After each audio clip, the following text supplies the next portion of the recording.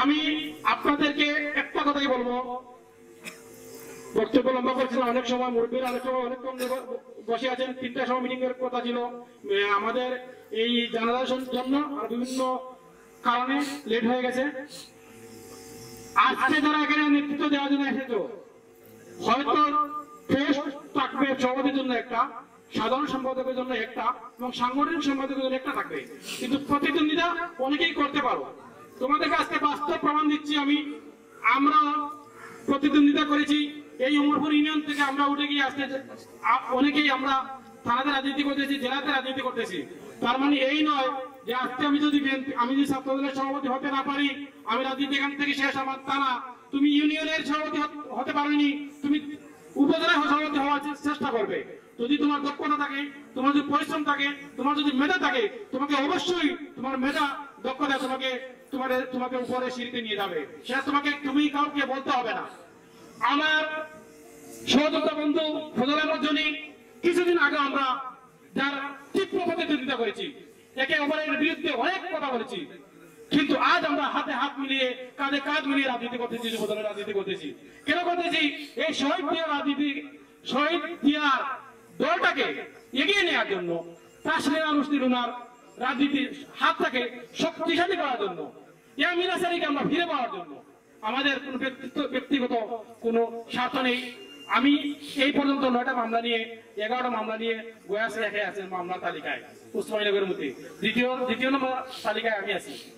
কিন্তু তার মানে এই নয় যে আমরা মামলা খেয়েছি। যারা মামলা খেয়েছেন, ছাত্রদলে যুবদলে খেয়েছেন, আমি একজন এটা এই যে সাক্ষী আছি। আমরা প্রত্যেকের বাড়ি বাড়ি গেছি, যদি আমরা জেনেছি যে ও মামলা খেয়েছে, এবং উকিল সাহেবের কাছে আমরা যথেষ্ট চেষ্টা করেছি। আমাদের পকেটে টাকা দিয়েও আমরা অনেকে একজন পক্ষে নাম বলবো না, পকেটের টাকা দিয়ে হলেও তার জন্য আমরা বেলের চেষ্টা করেছি। এখনো আমাদের মাসুদ আছে, রাহেন আছে, আবু বকর আছে, অনেকে আছে এখানে মামলা খেয়েছেন, ওনারা সাক্ষী আছেন। যদি ওরা সত্য কথা বলে, ওরা বলতে হবে আমার পকেটে টাকা দিয়ে আমি অনেকে উকিলকে দিয়েছি আমি, এবং অনেকে আমি আমার ভাড়া দিয়ে আমি জেলাতে নিয়ে কোর্টে নেওয়ার চেষ্টা করেছি। তার মানে এখান না আমি এখানে শেষ হয়ে যাবো, নেতা হতে পারি নাই, আমি আহ্বায়ক হতে পারি নাই, আমি কেন আমি এই রাজনীতি ছেড়ে দেবো, আমি কেন আর এই সংগ্রাম করবো, তা না।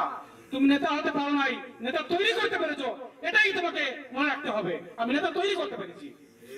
তাই আপনাদের কাছে আমার অনুরোধ থাকবে, আপনারা এই উমরপুর ইউনিয়ন একটা ঐতিহ্যবাহী ইউনিয়ন, এখান থেকে এমপিও হয়েছে, এই ইউনিয়ন থেকে এমপি নির্বাচিত হয়েছে, এই ইউনিয়ন থেকে উপজেলা নির্বাচিত হয়েছে, আর তো বিভিন্ন সংগঠন, শুধু বিএনপিতে নয়, আপনি আওয়ামী লীগের রাজনীতিতে দেখেন, জামাতের রাজনীতিতে দেখেন, জাতীয় পার্টির রাজনীতি দেখেন, এই উমরপুর ইউনিয়নের সন্তানরাই নেতৃত্ব দিচ্ছে উসমানীনগর উপজেলায়।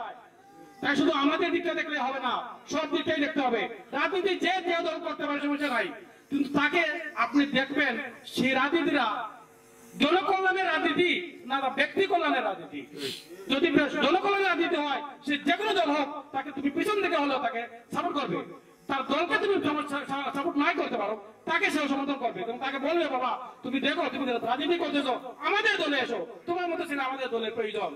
তাকে সময় দেবে, তার পেছনে সময় দিবে এবং বলবে তোমার মতো ছেলে বিএনপির প্রয়োজন, বিএনপি একটা ভালো দল, তুমি এই দলে আসো। এইটাই আল্লাহ আমাদের রাজনীতির মূল উৎস।